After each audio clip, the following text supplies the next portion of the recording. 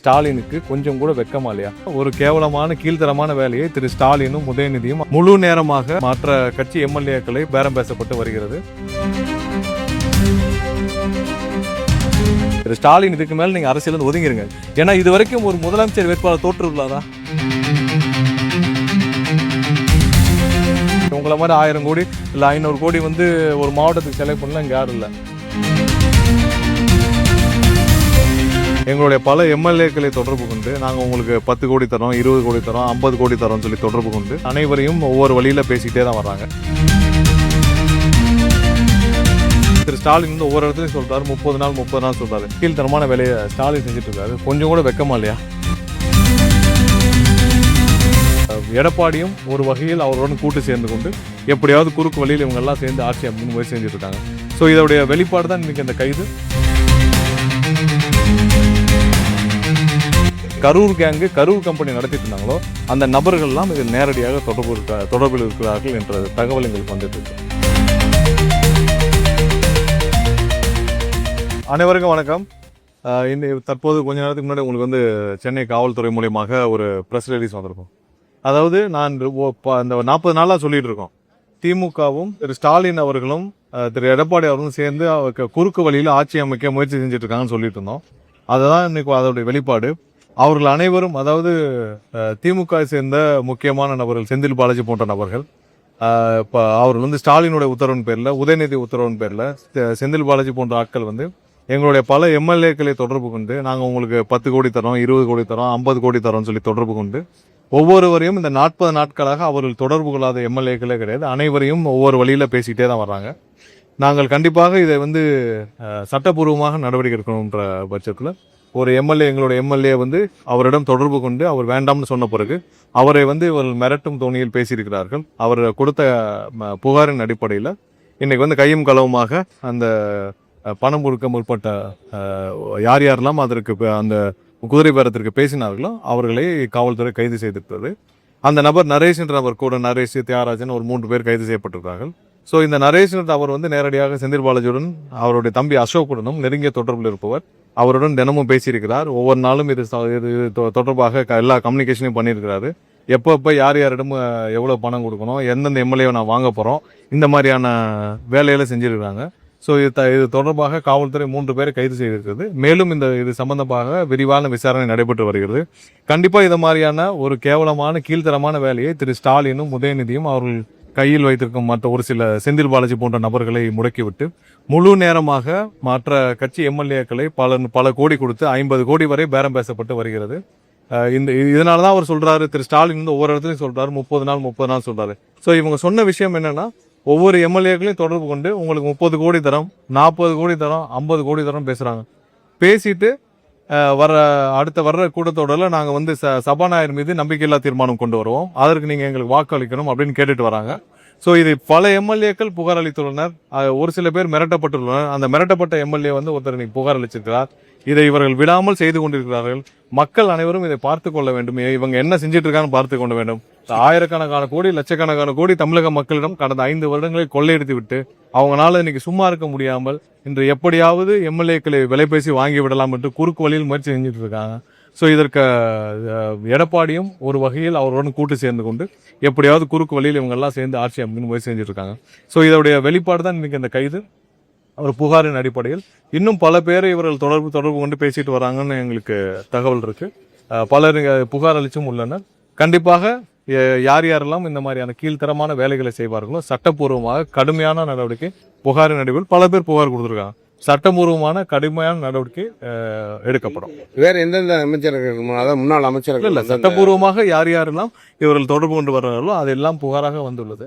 யார் யாருக்கெல்லாம் இவங்க யார் யார் தொடர்பு இருக்காங்களோ கண்டிப்பாக அதில் காவல்துறை ஏதாவது ஆதாரத்தை கைப்பற்றும் பட்சத்தில் கண்டிப்பாக கைது செய்யப்பட்டு கடுமையான நடவடிக்கை எடுப்போம். ஏன்னா நேரடியாக ஒரு எம்எல்ஏ பர்ச்சேஸ் பண்றதுக்கு நேரடியாக பணம் கொடுக்க முற்பட்டார்கள் என்றால் அதற்கு நேரடியாக செந்தில் பாலாஜியின் அடுத்த அளவில் இருக்கிற நபர்கள், செந்தில் பாலாஜி கூடயே இருக்கும் நபர்கள், இன்னும் கூடயே சுற்றும் நபர்கள், செந்தில் பாலாஜியோடைய அனைத்து போக்குவரத்தையும் அனைத்து பணத்தையும் அனைத்து கரூர் கம்பெனி என்ற பெயரில் யார் யாரெல்லாம் இங்கே வந்து கரூர் கேங்கு கரூர் கம்பெனி நடத்திட்டு இருந்தாங்களோ அந்த நபர்கள்லாம் இதில் நேரடியாக தொடர்பில் இருக்கிறார்கள் என்ற தகவல் எங்களுக்கு வந்துட்டு இருக்கு. கண்டிப்பாக அனைவர் மீதும் காவல்துறை கண்டிப்பாக சட்டப்பூர்வமாக காவல்துறை இதில் தொடர்புள்ள அனைவரையும் கைது செய்ய வேண்டும். இது வாரியான குதிரை பேரத்தை இவர்கள் நிறுத்த வேண்டும். இதை ஒரு வழியில் இவங்க செஞ்சுக்கிட்டு வேற வழியில் வந்து எல்லாரையும் எதை எங்கள் மேலே புகார் கொடுறோன்னு சொல்லி ஒரு ஒரு ஒரு கீழ்த்தரமான வேலையை ஸ்டாலின் செஞ்சுட்டு இருக்காரு. கொஞ்சம் கூட வெக்கமா இல்லையா? நீங்கள் வந்து இன்னைக்கு 40 கோடி 50 கோடி கொடுத்து ஒரு எம்எல்ஏ விலைக்கு வாங்கும் அளவிற்கு ஸ்டாலினுக்கு கொஞ்சம் கூட வெக்கமா இல்லையா? மக்கள் உங்களுக்கு எதிராக தீர்ப்பளிச்சிட்டாங்க. உங்கள் கூட்டணி கட்சி எல்லாம் நீங்கள் செய்கிற வேலையை பார்த்து உங்கள்கிட்ட வெளியே விட்டாங்க. நீங்கள் என்ன வேலை பார்த்தீங்க? எடப்பாடியை முதல்வராக்கணும்னு போய் ஒவ்வொரு கூட்டணி கட்சி தலைவர்கிட்டும் பேசியிருக்கீங்க. இதற்கு மேலே கேவலமான வேலையை ஸ்டாலின் செய்ய முடியுமா? அதையும் செஞ்சு விட்டு இன்னைக்கு அதுலேயே ஒரு வெற்றி பெற முடியாமல் இன்னைக்கு வந்து ஒவ்வொரு எம்எல்ஏவும் 50 கோடி கொடுத்து பர்ச்சேஸ் பண்ணுற வேலையை 40 கோடி 50 கோடி கொடுத்து பர்ச்சேஸ் பண்ணுற வேலையை ஸ்டாலின் செஞ்சுட்டு இருக்கிறாரு. அதுக்கு செந்தில் பாலாஜி போன்ற நபர்கள் கடந்த 5 வருஷமா தமிழக அரசியலில் தமிழக அரசை கொள்ளையடித்த நபர்கள் அவர்கள் வச்சிருக்க பணத்தை வச்சுக்கொண்டு இந்த மாதிரி வேலையை செஞ்சுட்டு இருக்காங்க. இன்னைக்கு நேரடியாக செந்தில் பாலாஜி தொடர்புடைய ஒரு நபர் வந்து பேரம் பேசியதெல்லாம் நம்ம கண்டுபிடிக்கப்பட்டோம். இன்னும் எத்தனை பேர் இது மாதிரி பேரம் பேசிட்டு இருக்காங்கன்ற யாராலும் ஒன்று மட்டும் ஸ்டாலின் புரிஞ்சுக்கணும்.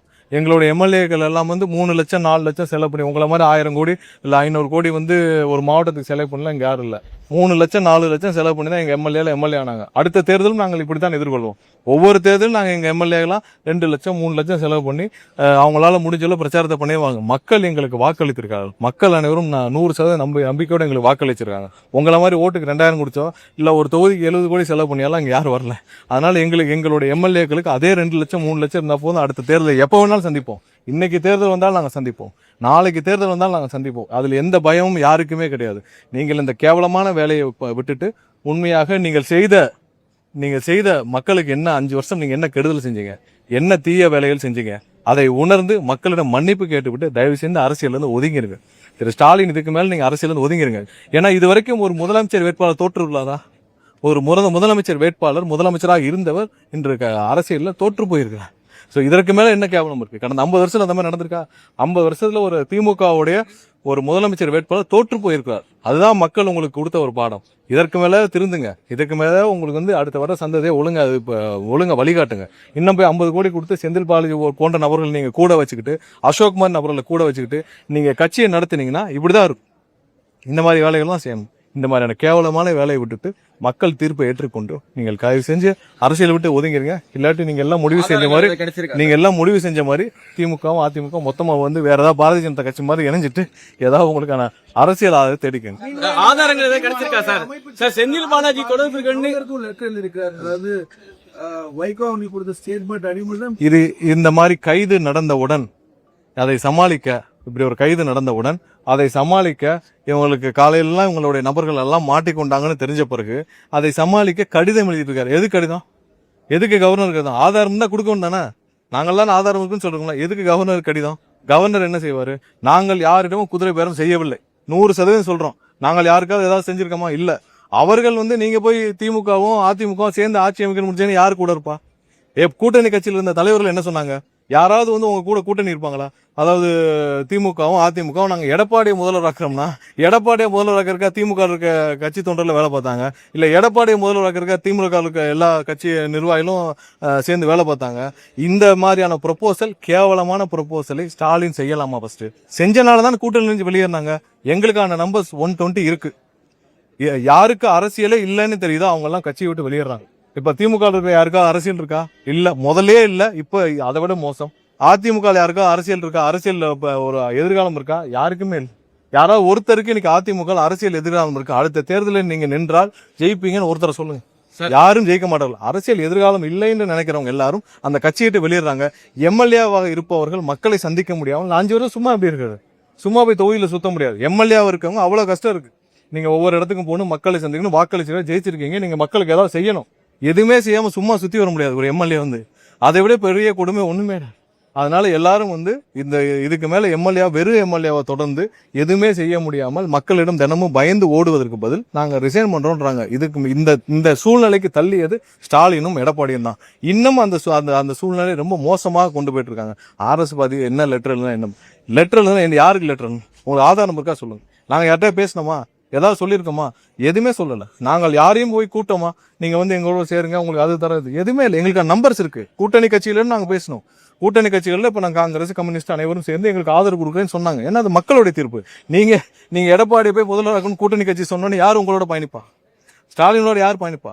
எடப்பாடி முதல்வராக்கிறதுக்கு அவங்களுக்கு வந்து காங்கிரஸும் பிஜேபியோடு நின்று பிஜேபியோடு ஜெயிச்சு எடப்பாடியை முதல்வராக்கிறதுக்கு அவங்களுக்கு காங்கிரஸும் கம்யூனிஸ்ட்டும் அண்ணன் திருமாவளவனும் இல்லை ஐயோமலும் இருப்பாங்க. ஐயோமல் ஐயா காதர் தெளிவாக சொன்னார்ல, பிஜேபியோடு ஜெயிச்சு எடப்பாடியை முதல்வராக்கிறதுக்கு ஸ்டாலின் நாங்கள்லாம் சேர்ந்து இவ்வளோ வேலை பார்த்தோன்னு சொன்னார். அதான முக்கிய காரணம். அதுக்கு தானே வெளியேறினாங்க. அவரெல்லாம் எங்களுடன் சேர்ந்து இன்னைக்கு ஆட்சி அமைக்க மக்களோட தீர்ப்பு ஏற்றுக்கிட்டாங்க. அதையும் பொறுத்து கொள்ள முடியாமல் வீட்டில் சும்மா உட்கார்ந்துட்டு எந்த வேலையும் செய்யாமல் இன்னைக்கு உங்களுடைய மகன் வந்து அரசியலில் எதுவுமே தேர மாட்டான்னு தெரிஞ்சுக்கிட்டு இப்படியாவது குறுக்கு புத்தியில் நீங்கள் வந்து இன்னைக்கு யாரையாவது விலை கொடுத்து வாங்க முடியும்னு நினச்சிங்கன்னா அது நடக்காது. சார் செந்தில் நீங்கள் வந்து பதிவு பண்ணிருக்கான். உங்களுடைய மகன் 5 வருஷம் நீங்கள் ட்ரெயின் பண்ணி பார்த்தீங்க, எதுவுமே நடக்கல. அவர் ஒரு அரசியல்வாதியாக கூட நீங்கள் பொது வழியில் வர முடியல. இன்னைக்கு எங்கே இருக்காது தெரியுமா? துபாய் போய் 1 வாரம் ஆச்சு. அப்படி ஒரு நபரை வச்சு நீங்கள் எப்படி அரசியல் பண்ணுவீங்க? நீங்கள் அதெல்லாம் மகனை முதல்ல ட்ரைனிங் பண்ணுற வேலையை பாருங்கள். உங்களுடைய மகன் உதயநிதியை ட்ரைனிங் பண்ணுற வேலையை பாருங்கள். நீங்களே கடைசி வரை அரசியல்வாதி ஆக முடியவில்லை. அதனால கடைசி வரை உங்கள் பேரை சொல்லி ஸ்டாலின் தலைமையின் அரசு எனக்காக சொல்லியிருக்காரா? திராவிட மாடல் அரசுன்னு சொல்லுவார். ஏன்னா அவருக்கே அந்த தைரியம் கடைசி வரை வரவில்லை. கடைசி வரை அவருக்கே வந்து ஸ்டாலின் தலைமையிலான அரசு எனக்காக சொல்லியிருக்காரா? அது வந்து என்னைக்கும் அவரால் இது எதுவுமே இல்லை. அவருக்கு அந்த தைரியம் கடைசி வரைக்கும் வரலை. அது கடைசி வரைக்கும் திராவிட மாடல் அரசு தான் சொல்லியிருக்காரு. இப்பவும் சொல்றோம், திமுகவோட அத்தியாயம் இத்தோடு முடிஞ்சிருக்கு சார். என்னைக்கு இந்த கேவலமான வேலை, அதாவது அதிமுகவோட சேர்ந்து ஆட்சி அமைக்கணும், பிஜேபியோட சேர்ந்து ஆட்சி அமைக்கணும் முயற்சி செஞ்சாங்களோ, திமுகவுடைய அத்தியாயம், திமுகவோட எதிர்காலம் இத்தோடு முடிஞ்சு விட்டுச்சு. இனிமேல் வேற ஏதாவது வேலை இருந்தால் அவர் கண்டிப்பா பல பேரிடம், அதாவது ஆதாரத்துடன் 35 கோடி ரூபாய் பேரம் பேசியது எங்களுக்கு ஆதாரத்துடன் காவல்துறைக்கு வந்ததால் உடனடியாக கைது செய்யப்பட்டனர். செந்தில் பாலாஜியும் அவருடைய தம்பியும் அவருடன் இருக்கும் நபர்களும் நேரடியாக தொடர்பு இருக்கும் நபர்களும் இதில் சம்பந்தப்பட்டிருக்கிறார்கள். இதற்கு மேல ஒரு கேவலமான விஷயத்தை திமுக அந்த தலைவர், அவருடைய தலைவர் ஸ்டாலின் உதயநிதி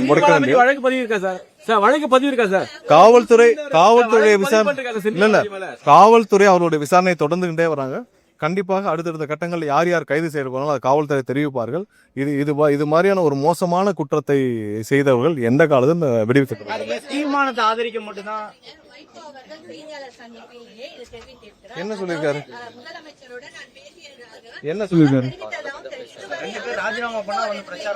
அதாவது அண்ணன் வைகோ அவர்கள் சொன்னது என்னன்னா, அண்ணன் வைகோ அவர்கள் நாங்களும் உங்களுடன் சேர்ந்து பயணிக்க ஆசைப்படுகிறோம். அப்படி பயணிக்கும் இல்ல உள்ள பேச்சுவார்த்தை என்ன, உள்ள நடந்த பேச்சுவார்த்தை எல்லாம் நான் சொல்றோம். நீங்க அண்ணன் வைகோ அவர்களிடம் நீங்க கேட்டு பாருங்க. அதாவது யாரும் யாரிடமும் இங்க வந்து யாரையும் இழுக்கவில்லை. அவர்களும் எங்களுடன் சேர்ந்து பயணிக்க வேண்டும் என்று விரும்புகிறார்கள். யார் பயணிக்க வேண்டும் சட்டப்பூர்வம். ஏன்னா அவங்க எம்எல்ஏ அங்க திமுகவுடைய சின்னத்தில் ஜெயிச்சிருக்காங்க. அவங்க எப்படி எங்களோட பயணிக்க முடியும்? அந்த முடிவில் அவங்க எம்எல்ஏ எடுக்கணும், அவங்களுடைய கட்சியில் இருக்கணும். அதை நாங்க என்ன சொல்றதுக்கு? ஸோ அவர்கள் யாராக இருந்தாலும் அவர்களுடன் சேர்ந்து கட்சியாக அண்ணன் வைகோவோட மதிமுக கூட கட்சியாக நாங்க வந்து பயணிக்கிறது எந்த சம்பவம் இல்லை. 4 எம்எல்ஏ கீழே ராஜினாமா அது அவங்களுடைய இங்க பாருங்க ஒன்றும் இல்லை. ஒரு சாதாரண விஷயம் சொல்லிடும். ஒரே நிமிஷம், நான் ஐடி கார்டெலாம் யாரும் கொடுக்க, நான் ஒரே ஒரு சொல்றேன். ஒருத்தர் வந்து அவங்க உணர்ச்சி வசப்பட்டு அவங்க வந்து ரிசைன் பண்றாங்க. எவ்வளவு கஷ்டத்துல பல வருஷம் அந்த கட்சியில பயணிச்சவர்கள், 3 பீரியட் எம்எல்ஏ இருந்தவங்க வந்து ரிசைன் பண்றாங்க. ஏன்னா ஒரே நாள் நடக்கலையா? 27 பேர் வெளியே போனாங்கல்ல. எதுக்கு வெளியே போனாங்க?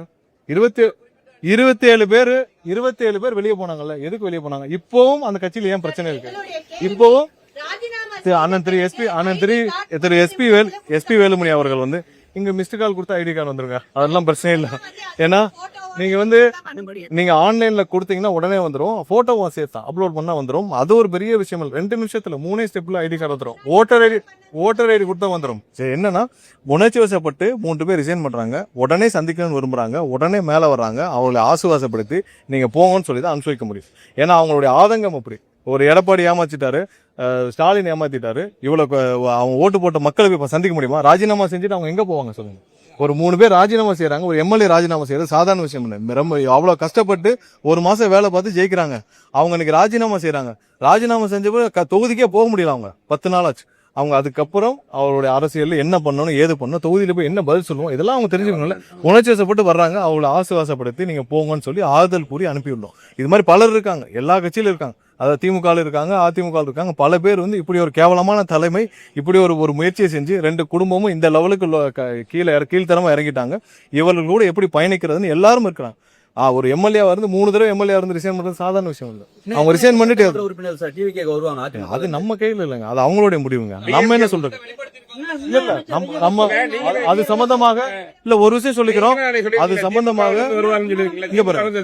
இல்ல இல்ல அவங்க எல்லாம் திமுக இருந்து எத்தனை நிர்வாகிகள் தினமந்தங்களை சந்திக்கிறாங்க. நிர்வாகிகள் தினம் வந்துடுறாங்க. எங்களால பயணிக்க முடியல, அந்த கட்சியில தொடர முடியல, அது கட்சியே இல்ல. அவங்க பாட்டுக்கு ஒரு குடும்பம் இருந்துச்சு, முன்னாடியாவது கலைஞராவது எல்லாரையும் பார்த்துட்டு இருந்தாரு. இப்ப அதுவும் இல்லாமல் ஒரே குடும்பம் ஸ்டாலின் குடும்பம் ஆயிடுச்சுன்னு சொல்லிட்டு இருக்காங்க. இதே மாதிரிதான் எங்க சம்பந்தமாக